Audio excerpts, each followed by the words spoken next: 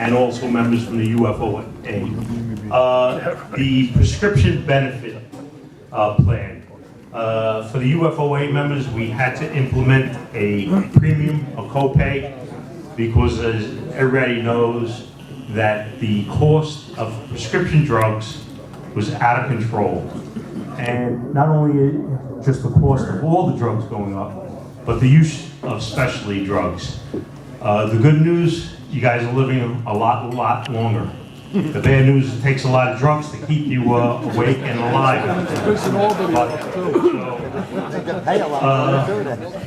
We had a lot of questions of why the premium.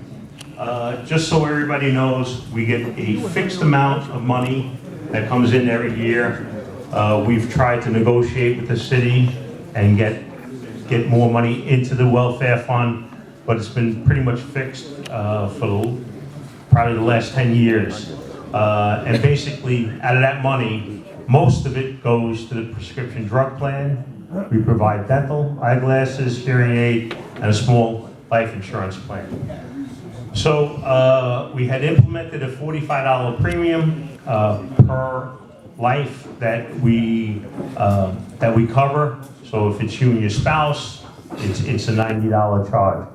That premium was supposed to be deducted in January. Due to circumstances outside of our control, OPA, Office of Payroll Administration, who handles all your checks every month, they were not able to deduct it, and that premium started coming out this month. So they wanted to know what we wanted to do about January. We just said, forget about it, we're just going to move forward. As far as the plan is concerned, we renewed our contract with Express Scripts. It was a lengthy process. We had to bring in an auditor who did an audit of our past performance. And the good news there was that Express Scripts was pretty much living up to the contractual terms.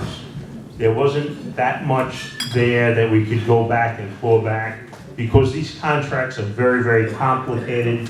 There's all sorts of rebate formularies, so on and so forth.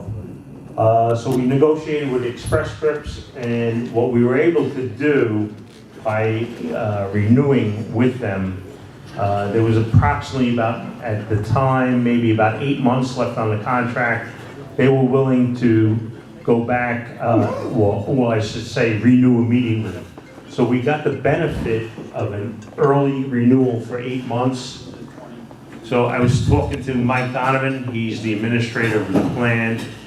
We were speaking last week.